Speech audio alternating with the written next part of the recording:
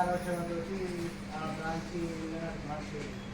తర్వాత పదే పదే వీళ్ళతోటి సెంటర్ను తీసేస్తాము, అది ఎంత పుస్తకాలు లేకపోతే నిజామాబాద్ నిజాం తెలియదు, ఇట్లా రకరకాల చెప్తున్నాయి.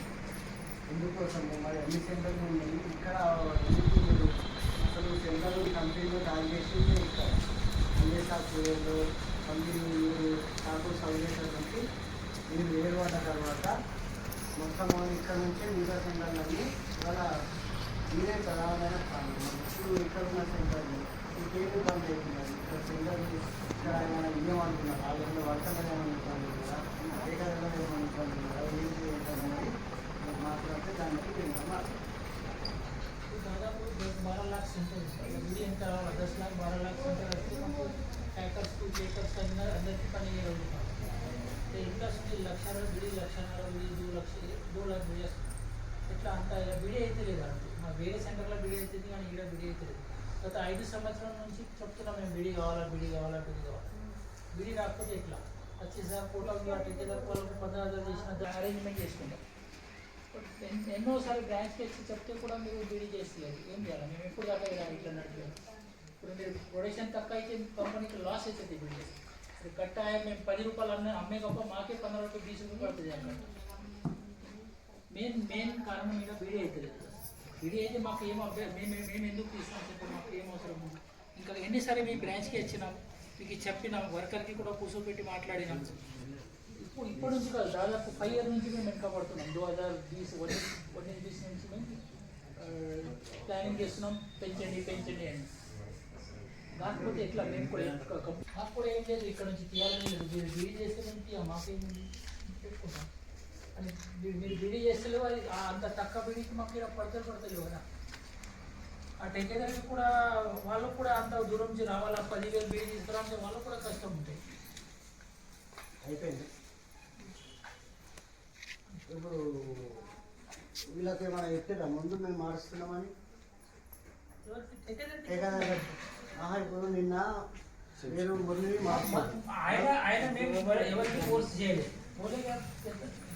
ఆయననే మాకు రాసి సమాచారం ఇచ్చే బాధ్యత అయితే ఆయన మాకు రాసి ఇచ్చిండు. మేము వెళ్తా అంటే ఇచ్చిండు, అటు సైడ్ వెళ్తా అని చెప్పిండు ఆయన.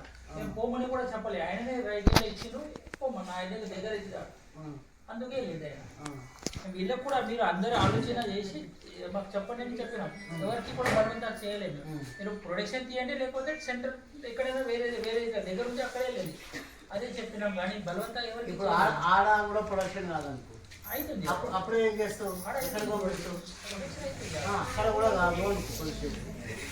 అక్కడికి పంపిస్తుంది. ప్రస్తుతానికి అవుతుంది. ప్రొడక్షన్ కాకపోవడానికి ఇది కాకపోవడానికి ఏంటిది కారణమని వెతకాలి తప్ప అయితే లేదనే ఉద్దేశంతో ఇంట్లో ఎదురు వచ్చిందని ఇలాంటి పెట్టుకుంటా. ఇప్పుడు కూడా కాదు, ఎన్నిసార్లు బ్రాంచ్కి వెళ్ళినాం, వర్కర్కి చెప్పినాం. ప్రతిసారి మేము వచ్చి మా మేనేజర్ కానీ సూపర్వైజర్ వచ్చి వర్కర్కి కూడా కష్టం. మీరు చెప్పే కారణం కరెక్ట్ కాదు. మీరు చెప్పే కారణం అది కరెక్ట్ కాదు. ఎందుకు ఇక్కడ మీరు డిస్టర్బ్ చేసి కార్మికులకు ఇబ్బంది చేస్తున్నారు. తర్వాత ఏ టేకదర్కు సమాచారం లేదు, ఏ ప్యాకింగ్కు సమాచారం లేదు. ఇవేను ఇప్పుడు వస్తున్నారు మల్కాపురం వాళ్ళు ఇట్లా బస్ దొరకక ఇట్లా వస్తున్నారు కామారెడ్డికి. ఇప్పుడు ఆ మల్కాపూర్ లేబర్లకు కూడా సమాచారం లేదు. లేబర్లు ఏమనుకుంటారు, గంబా వచ్చింది అంటే వెళ్ళిపోతున్న వాళ్ళకేం తెలియదు. నేను చెప్పేదాకా కూడా వాళ్ళకి కూడా తెలియదు. మల్కాపూర్ కార్మికులకు నేను చెప్పేదాకా కూడా తెలియదు. ఇప్పుడు ఆ కనీసం కార్మికుల కన్నా అమ్మ నాకు ఈ ప్రాబ్లం ఉన్నది, నేను ఇట్లా పోతున్నా అనే సమాచారం మీకు ఇచ్చే బాధ్యత ఉంటుందా ఉండదు? అటు అయినా ఇవ్వలేరు, ఇటు మీరు ఇవ్వలేరు, తోటి టేకదారులకు చెప్పలేరు, ఆడ ప్యాకర్లకు చెప్పలేరు. ఇప్పుడు మీరు 2 గంపలకు మార్చేస్తే వాళ్ళకి ప్రాబ్లమే. ఇవాళ ప్యాకర్కు ఇప్పుడు ఇప్పటికే కడుపు నిండా తిండి లేదు, అంటే తిండి అంటే చేసేంత పని లేదు. నువ్వు 2 బ్రాంచ్లు పోతే ఇప్పుడు ప్యాకర్ ఏమి తినాలా? వాళ్ళు జీతాలు ఇస్తారా? అలాగే గుర్రెలు సరే జీతాలు ఇస్తున్నారు. ఇప్పుడు ప్యాకర్లకి ఎట్లా ఏమైనా జీతాలు ఇస్తారా? నువ్వు ఇప్పటికే బీడీ నువ్వే అంటున్నావు, ఇదే అంటున్నావు. వాస్తవం బీడీ అయితే లేదు. బీడీ అయితే వాళ్ళకి చేతిలో పని దొరుకుతుంది. అని దొరికితే వాళ్ళకు 4 పైసలు ఎక్కువ వస్తాయి. ఏం చేయాలి మాకు ఇప్పుడు అభివృద్ధి అయితే లేదంటే వాళ్ళకు కూడా సరే కదా. ఎలా వచ్చిందంటే చిట్టి కట్టుకోవాలా, బిల్లు కట్టుకోవాలా, మార్కెట్ నుంచి మేము ప్రొడక్షన్ ఇస్తున్నాం, ఇది చేయమంటున్నాం. ఇప్పుడు ఏం చేయాలి మేము? వీళ్ళు చేయకపోతే మేము ఏం చేయాలి? మీరు అది కారణం కాదు అని అంటున్నాం. మీరు బీడీ అయితే లేదనే కారణం కాదు. బీడీ కాకపోవడానికి 1,00,000 కారణాలు ఉన్నాయి. మేము నిన్న కూడా చెప్పినాం, మీద కూడా చెప్తున్నాం. బీడీ కాకపోవడానికి ఆకు సరిగా లేదు.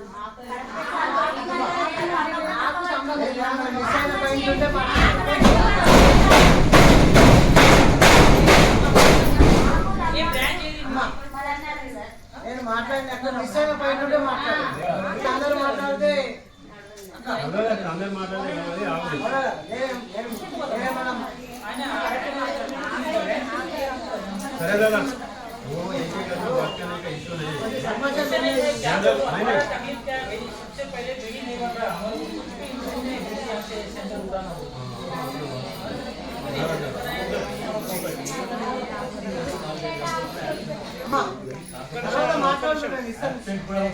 మిస్ అయిన ఉంటే మాట్లాడు.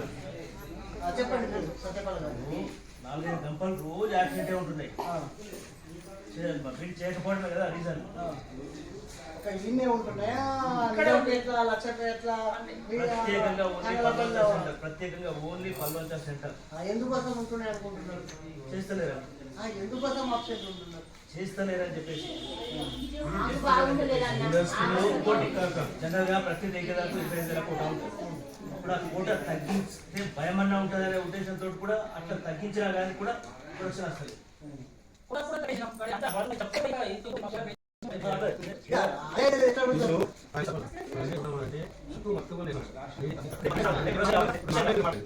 ఈ కంపెనీ ఈ సెంటర్